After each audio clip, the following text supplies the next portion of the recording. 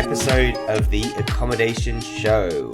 I'm very glad to have a fantastic guest on the show who will be talking about all things room rates, inflation, and what you need to do. Welcome to the show, Glen Boultwood. Thank you very much, Bart. Glad to be on the show, and thanks for the invitation. Yeah, look, I've been looking forward to having you on, and I'm going to let everyone in on a secret that it is 6:30 in the morning where you are. So thank you so much for getting up to join us. No worries, the sun's out now, so a little bit more awake. Look, thanks. I mean, thank you for taking that time and for getting up early in the morning and for coming to share your knowledge and your skill set with everybody. I would be remiss for you not to introduce yourself. Let everybody know who you are, where you're from, what your background is, and maybe just a little hint as to where we're going to go with our episode today. Yes, certainly, Bart. I'm the CEO and co-founder of Serene Capital, which is a boutique real estate investment management firm that I set up just over 8 years ago now. My background is actually in marketing and hospitality management, so I've got a bit of flavour of both worlds, but I love the investment world. So I've been in real estate investment management now for over 20 years, and not just in hotels, but also in office, retail, and industrial as well. Yeah, beautiful. So tell me, so today's episode, because we had a chat beforehand about what we were going to kind of talk about. Give me a bit of a flavor for what you were thinking and what we talked about. Yeah, look, one of the things that's always fascinated me is around how do you actually optimize your average room rate pricing in different environments. So today I wanted to talk about a lot of work that we've been doing from a pricing optimization basis, and then focus more on one of the topical issues of today, which is what is going to be the impact of inflation on pricing moving forward? Is it a good thing, or is it going to cause us issues moving forward? Yeah, look, and I think, I mean, super topical because inflation is going up, interest rates are going up. There's countless conversation about how everything's going to be impacted around us. And it's actually a topic that I had talked with Les Morgan. He's one of the chaps that does Sudima Hotels. And we started talking about inflation a fair while ago and how we need to optimize things almost on a daily basis, all the way from room rates down to food pricing and menus and that sort of thing. So this is a very important topic for everybody because you need to understand the principles around what some of your blockers are around inflation, some of the misconceptions around inflation, and then have a really solid strategy to be able to work in ever-changing times. Have I got it more or less right? Absolutely.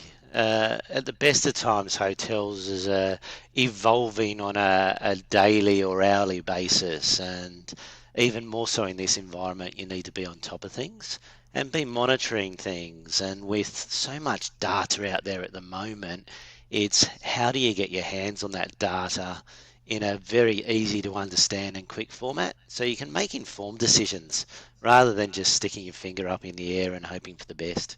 Yeah, and just to give a little bit of context for everyone, so the conversation that we're having and that we're going to have, it's all based around work that you're doing with your clients and data that you're providing for people that you work with. Is that right? Yes, it's data that we can obtain and everyone can obtain. We've set up our own data analytics tool that allows us to more quickly assess the current situation. But the whole thought process and the philosophy behind it has been something that's probably been dwelling in our subconscious for some time. It's been a problem that has been a forever problem for us, and we're now actually, with the disruption in COVID, come up with a solution that will really help us and has helped us through that period to really look at things very differently to hotel operators have looked at it in the past. Yeah, right. So we're upgrading our knowledge. So if you're a hotel operator, if you're a revenue manager, then this kind of data and this sort of information will be relevant because what we're doing is we're discussing new ways of tackling the problem. Absolutely. And we're also talking about some of those artificial barriers to optimizing pricing, a lot of which are more mental barriers more so than anything else rather than actual challenges themselves. It's more about the way to conceive or perceive things as opposed to what everyone else is doing. Yeah, gotcha. Okay, so if we kind of if we start off at the start, basically, so when we're talking about this journey, and if we go with a broad stroke, we say, okay, we're going to look at our room rates, and then we'll talk to Glenn, and what's the first step that you take people down? Look, I think the first thing, which is always the issue, whether you're on a board or whether you're in a business or whether you're in a hotel for that matter, is really understanding some of the biases that we have and how they influence our decision making. And in this case, I'm terming them, what are some of these, as I mentioned before, artificial barriers that are impacting the way we actually price our hotel room rates? Yeah. And there's a number. I put it down to 4 different items that I consider those barriers that we need to be aware of. And the first is around how we perceive, or what we perceive as the biggest driver of hotel room rate pricing. Mm-hmm. And at the end of the day, that's supply and demand. That's the starting point where you need to be. That will control circa 80% of your pricing analysis of where you should price. But I've lost count the number of times that I've heard from operators, how do you expect us to increase our average room rates when we haven't invested back in the property? Yep. Mm. And so I think generally in hotels we're taught, especially in the operation environment, how important the brand is and how important the physical product is. It might be service as well. But supply and demand we pay too little attention to. And a good example of that, which is again topical today, is just looking at something like petrol. Yeah, petrol, the product, doesn't actually change. You don't improve the product, it stays the same. Yet pricing is fluctuating and it has gone up and almost doubled in the past sort of 6 months. Yeah. Yeah. That is supply and demand driven. It's got nothing to do with reinvesting. And so I'd say to hotel operators, understanding that supply and demand equation is one of the most important, because you might have a really poor product, but your competitors are full. Your competitors are full. You can push price. I have to product jump is in less with important. I have to jump in with another example, which is very similar to the airlines as well. There's so many airlines where I've seen the prices double, and the quality of service is actually diminished from what it used to be. And they'll say, "Oh, well, our costs have gone up," and I'm like, "Oh, they haven't gone up that much. They really haven't doubled since pre-pandemic." I think that it's the supply and demand, where the demand is so high and they can't meet that demand because obviously they've got staffing issues and all those different issues. So airlines is another example where I guess they're conscious of this. But I guess if we look industry wide, we'll assume that that supply and demand equation, that pricing equation will balance itself out. But in an individual operator, what we're saying is that we can do a lot more to sort of really understand the supply and demand side. Is that right? That's correct. That's correct. I understand Hilton have a daily dashboard that they produce. I haven't seen it yet. But looking at how much demand and what searches are coming into a specific market, and then really using that to say, well, on these dates, the demand is so hot, I don't care, let's find out where it's coming from, but let's put our prices up. So Hilton are doing a good job on that, and I understand they've had a lot of success in various markets like Sydney and Cairns recently on the back of that.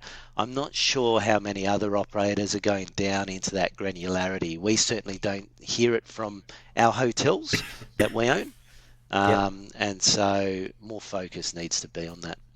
On the So that's the first point. the demand side. Are we going to come back to this particular topic, or do you want me to go a little bit further? Because I'm super curious about a couple of things. One is where we get that, where we can find that data, and the other one is on the supply side. You said also, we want to understand supply, and are we looking at just competitors in the same sort of offering the same product, or is it industry wide supply? How are we kind of figuring out what data to choose and what's going to be relevant to us? Look, it's really locational driven to a large part, and we're going to cover off on it a little bit later in terms of Cool. competitive advantages. But supply, it's about what's in your market. So if you're in, say, a suburban market, say Penrith, which we have a number of hotels in, it's really focused on not what's happening in Blacktown or Olympic Park, it's what's happening in that locality. Got it. Okay, great. So you said you had 4 things. There's 3 more to go. Is that right? There's 3 more to go. Oh, Yep. I'm excited. The next preconception that I think is a little bit misconstrued is that I generally feel that hotels and hoteliers believe they're demand creators. Yep. Yep. I have a very different view in that, and I view that most hotels are demand takers. Yep. They can't actually, there's very few hotels in Australia or indeed the world that actually create their own demand. That demand's either created by locational aspects, it's created by airline capacity and flight pricing, or it's created by businesses or infrastructure projects being located in the locality around where your hotel is. Yeah. So when you look at it as a demand taker point of view, discounting your rate significantly, for instance, won't actually create new demand. Yep. It might shift demand from a competitor to yourself, but the size of the pie doesn't grow. It stays the same. It just shifts. Yep. And when we think of it that way, then it changes our focus on how we actually price. Yep. If the demand is what the demand is, it's coming there or it's not coming there, that makes a difference as to whether you discount or whether you push your rate up. And a prime example of that's during COVID. Okay, a number of hotels actually were trying to drop pricing to increase demand. Now, demand wasn't the issue during COVID. The demand was actually strong, and we've seen that in recent times how strong that demand was. The issue really was around the fact that that demand wasn't allowed to get to where it wanted to go because of border closures or lockdowns or other matters. Yep. So we made a decision during COVID to actually put a floor on our public pricing and actually increase it. Because if anyone actually got to your hotel, the number of hoops they had to go through just to get there was phenomenal. They were going to pay whatever they were going to pay because they were going anyway. And so it's really understanding that hotels take demand. The demand is either going to be there or it's not. And your pricing is not going to grow that pie. Yeah, got it. I completely understand that. What would you say to someone that said, but my competitors are discounting for, and I know that might be a different, part of the puzzle, but I can imagine that being a really natural one where you're going, well, okay, great. Well, the demand's there, but everyone's discounted their prices next door, so I have to as well.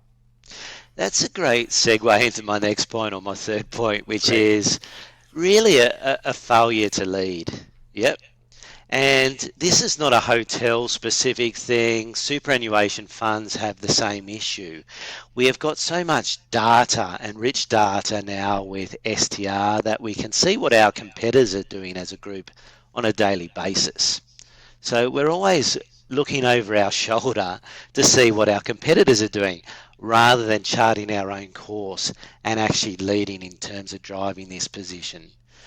There's so many times, and I've heard it recently as well, especially when you're looking at lower products, either 3-star or 4-star, and they sit there and go, well, I can't shift my pricing until the 5 stars move. So everyone's sitting there and waiting for someone else to take the initiative to lead.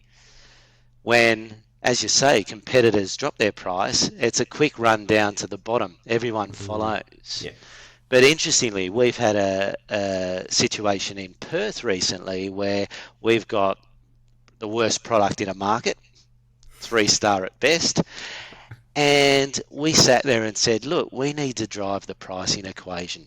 And so we actually continued to push that pricing, and it's continuing to go up well above where we ever expected it to be. But because we were pushing up from the bottom, we've actually seen now a competitive set react, and they've started to lift rates now. So you don't have to be a 5-star hotel to drive that. You just need someone to have conviction and take ownership. Now, we could do that. Why?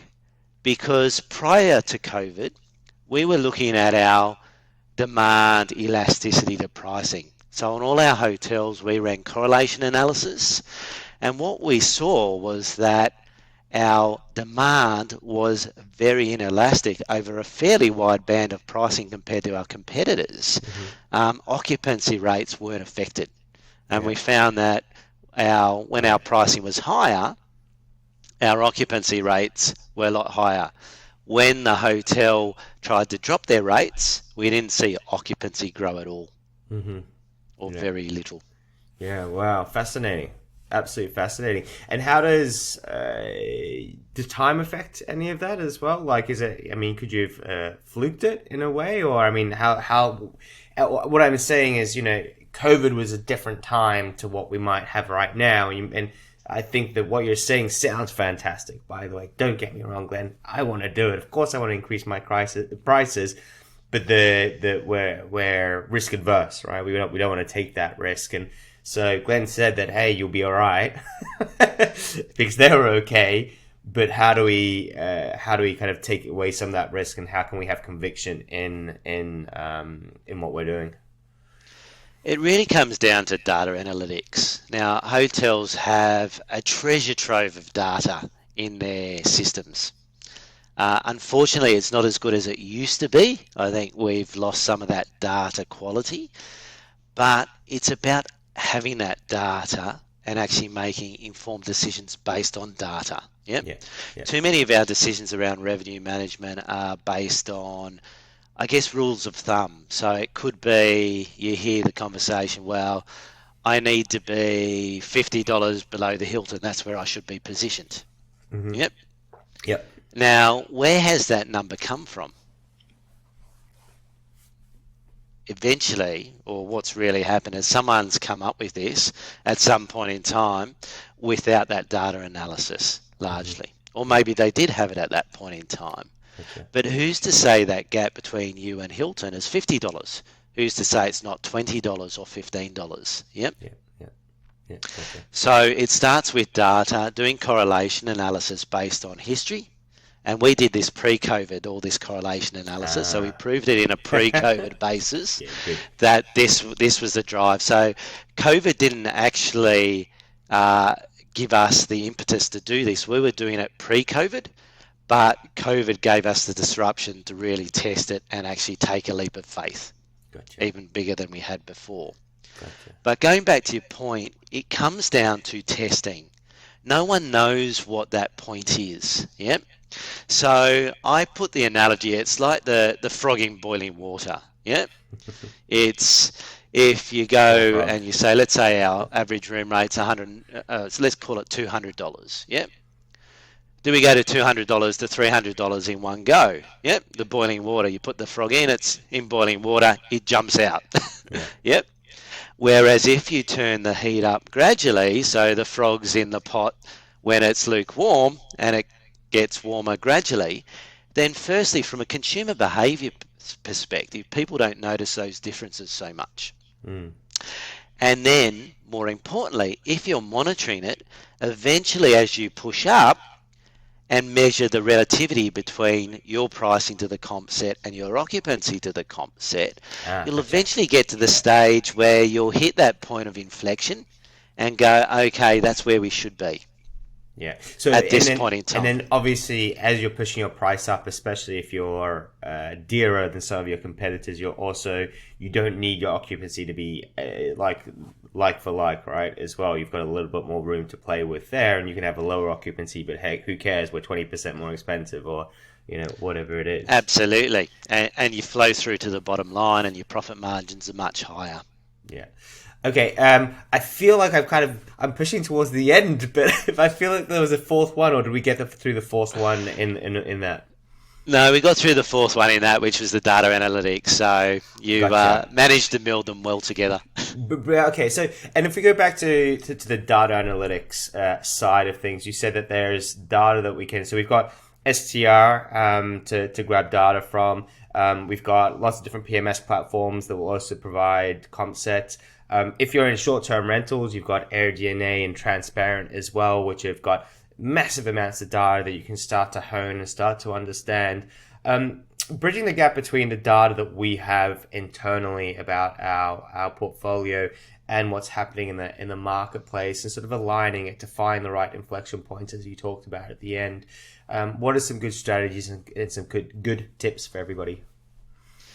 Look, the main one is its relative performance. If you're purely looking at your own occupancy and you put your price up and suddenly you find that your occupancy's fallen, the danger is, if you're not looking at a relative performance to comp set, is that it could be market driven.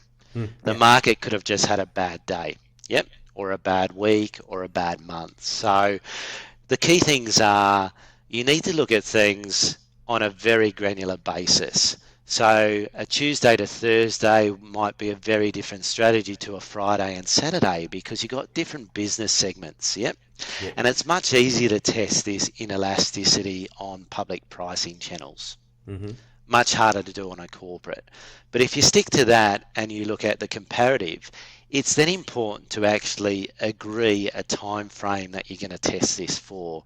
There's no point going, well, I'm going to test it, and as soon as you get the first bit of occupancy come off, you drop that testing platform. You need to test it for at least a period of 8 to 12 weeks to understand whether it's just a abnormal blip or whether it's a proper trend. And then you can go again if there is no blip there. I think the second thing is to understand, that's the public pricing. On the corporate pricing, it comes down to really consumer behaviour and thinking about it like that. One of the biggest things in Australia is that we all like convenience. Yep. So if I'm in an office building, I'll typically pay 3 times as much to park underneath my office building than I would in a public car park next door. The same goes with hotels. If I'm negotiating a corporate contract and my corporate client is right next door to my hotel, and they're saying, well, you're competing against, let's say I'm the Four Seasons in Sydney, you're competing against the Westin, I can sit there and say, well, I can hold my pricing firm because they're going to choose us over the Westin because we have a competitive advantage which is sustainable, Mm-hmm. because it's location driven. So understanding those sustainable competitive advantages and those competitive advantages, Mm-hmm. and then understanding more who that customer is. What are they coming here from? Are they coming here for, say, a football game and you're located right next to the stadium? Well, they're going to pay a massive premium than somewhere where they have to drive. So it's understanding your competitive advantages, understanding your customer, and then all your comparison should be your relative occupancy compared to your relative rate difference. Only then can you really understand whether your pricing impact is actually shifting people from your hotel to your competitor hotel. Because that's the biggest fear that hoteliers have. With the SDR data, no one wants to be that meerkat sticking their head above the parapet, right? Yeah. And so it's very easy then to go and focus on volume rather than pricing.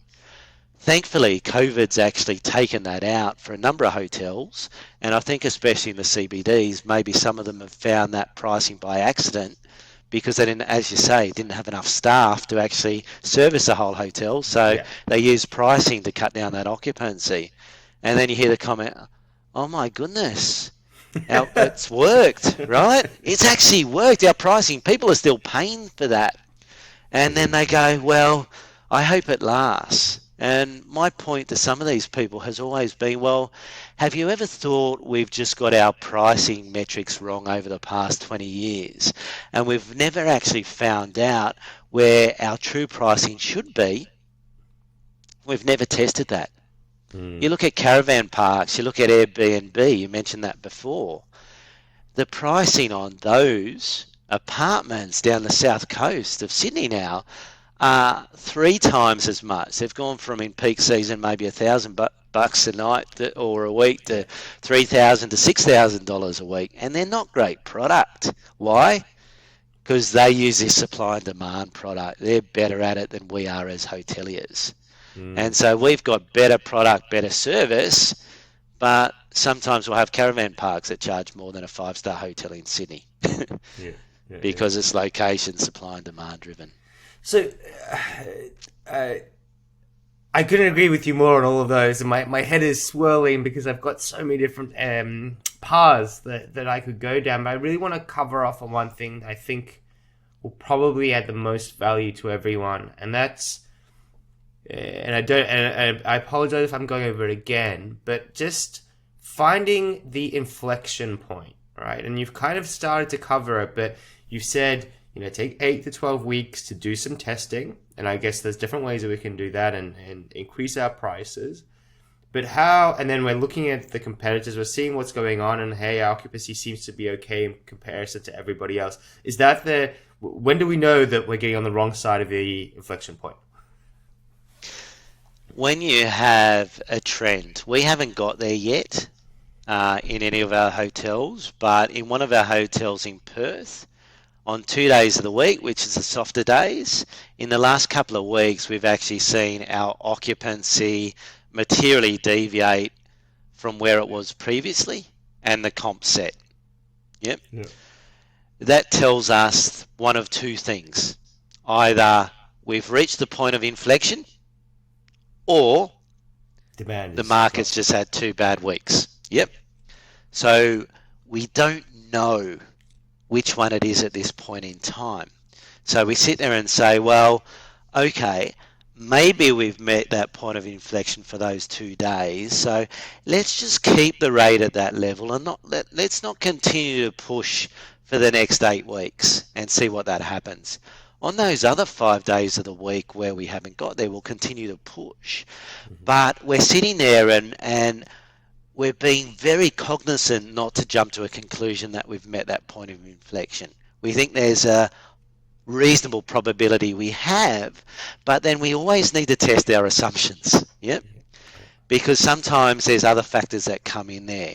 So for us, it's actually, we're trying to disprove our theory that we've met the point of inflection, yep, rather than just accept that we have. And that's the biggest thing. It's actually taking that approach where we sit there and say, yes, we see what's happening. We're not going to panic that we've reached this point of inflection and suddenly bring down our pricing. We're going to sit there and monitor it to actually understand whether we are at that point. And if we are, then we might just gradually bring that back and see where that occupancy goes. So we're only doing it by a couple of dollars at that point in time. Yeah. So it is constant monitoring and then holding firm to this strategy. It's like in business, entrepreneurs, you don't sit there and at the first sign of failure or rejection, you sit there and go, okay, we're giving up, we're going to do something new. These things actually take time to culminate, and they will change. 1 week you might be at that level. The next week, especially in an inflationary environment, it might change. So that point of inflection is not a point in time thing. What it can tell you, though, is on this day of the week, what is the differential in pricing, either above or below our competitive set, that we get to where we start to see that impact on occupancy. And that's quite a powerful thing. On this property in Perth that we're talking about, the hotel has always said we need to be $30, $35 below our comp set. Yeah. And we said, why? We know we're the worst product in the market. We are the cheapest. Why do we have to be the cheapest by $30? Why is it not 20 or 10? No one knows what it is. It's incredible the number of conversations I have with people who say, why have you priced yourself that way? Oh, it's always been this way.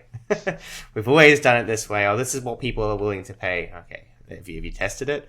So you're absolutely right. Now, to wrap it all up, we did promise everybody a little bit of a behind the scenes on inflation and current matters, and we actually, before we got on, we started talking about this as to is inflation good for this? Is it bad for this? How do we deal with pricing in a high inflationary environment? And I'm going to add another one on the back of it, which might kill you, but why not? Recession potentially as well. You know, I mean, we can't. It's something that we can't see, but it might be coming. What are your best tips? Yeah, the best tips is to look at a history as a starting point. And so, with inflationary environment, we did a lot of work early on in terms of understanding when was the last time we had a high inflation, high interest rate environment. And that was back in the 80s was the last time we had that. And what we've done is we've modeled interest rates, inflation, and average room rates over that period of time, and supply as well during that time, to see what the impact was on all of those. And in every market across Australia, we found that average room rates in a high inflation, high interest rate environment actually grew faster than inflation in every single market. Now, I've heard some comments say, well, that was when the Japanese were coming through in troves. Yes, they were in, say, a Cairns or a Sydney market. But when you look at other markets where the Japanese weren't as strong, like Canberra, ACT or WA, they still outperformed inflation over that point in time. Yeah. And I put it down to what we're seeing today. Our grocery bills are going up rapidly. Our rents are going up rapidly. Our fuel costs are going up rapidly. Everyone is used to things going up and expects pricing to go up. So when you actually push your average room rates up, yes, you might get some grumbles, but they're grumbles. Everyone knows everything else is going up, so now's the best time to actually leverage off that and actually grow it. Yeah. If we then look at the second question, and I'll come to recession in a second, is, well, as interest rates start to bite, surely people are going to stop travelling. I have a different view on that, and that's a view that has been culminating since really the GFC. Post-GFC, there was a massive change in consumer behaviour and spends. Yep. Suddenly, goods retailing decreased significantly as they shifted towards services and experiences, which went through the roof. Now, in my view, this has always been my hypothesis, and no one's ever argued about it, but my view on that was where you had the advent of social media coming on. You had this period where people suddenly wanted to share new experiences with their friends and get this instant gratification. Problem was, at that point in time, everyone had their new big flat screen TVs with their Louis Vuitton handbags. Yep. So sharing that on Instagram was nothing new. It was nothing exciting. It didn't get that. And so people started looking for unique experiences, whether they were food or culinary or travel. Yep. What happened during COVID? Goods retailing went through the roof. Why? Because people couldn't actually have those experiences. What we're seeing now post-COVID, and it's quite widely published by the economists and banks, is that goods retailing is starting to come back down and experiences and travel is really starting to come by. Yeah. The second avenue to that, which is coming through, which is COVID induced, is the fact, especially as you would appreciate being in Melbourne, I mean Sydney, is the fact that we had so many lockdowns. We were stuck in our house for so long. Yeah. Now we've got work from home. So we're now spending 2 or 3 days a week generally still working from home. And so more and more people need to escape. We didn't spend that much time in our home or our suburbs previously. They want to escape more often for shorter breaks to get out and experience a new location. So my view in terms of the bite of interest rates, you're going to see goods retailing suffer the most, and travel and experiences will be the last to be cut back as interest rates start to bite. Yeah, interesting take on it. I really appreciate it, and I think the reason why I appreciate it is because we already talked about people wanting to travel a long time ago. This is, throughout all the lockdowns, and that's when prices started to really boom in terms of the costs for travel and accommodation. Flights were still cheap, but accommodation got very expensive. And then it's really interesting that even though we're facing more uncertainty and everything going up, you're still saying, hey, you know what? We're still good. We're still good. People still want these experiences, and they still haven't had them. I haven't had mine personally, and I know a lot of people that haven't. Open up my Facebook, and there's probably only a small percentage of people that are doing those trips. But it's kind of becoming these, once in 5-year or 10-year trips that they're going to be trying to go and accomplish and to do. So I think you might be onto something. I really like that. Go on. I might finish on your recession point, because you did ask me to touch on that briefly. Sure. Look, there's different recessions. There's global recessions, or there's a US-led recession. Technically, they're already in recession, but how much worse does it get? If you look at a US-based recession, what you'll find is that the markets that will be impacted the most are Sydney and Melbourne. Mm-hmm. The other markets which have less exposure to more US corporate-led decisions, like a Brisbane or a Perth, they won't be impacted significantly at all by a US recession.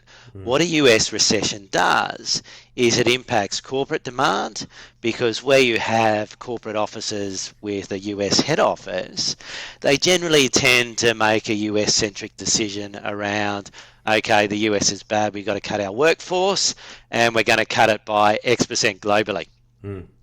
Australia might be breaking records, but decision from head office is get rid of 10% of your workforce, even though you're growing. So that affects your corporate demand travel patterns. Those markets, and we've got to remember, Australia is very much still a domestic focused market. Those markets that are more infrastructure focused, defence, domestic focused, should come out of this relatively unscathed. Even if we have a mild recession in Australia, which I still don't think is necessarily going to happen, what you see is that you'll still have that demand growth. And the main reason for that is that Australia is a very balanced economy.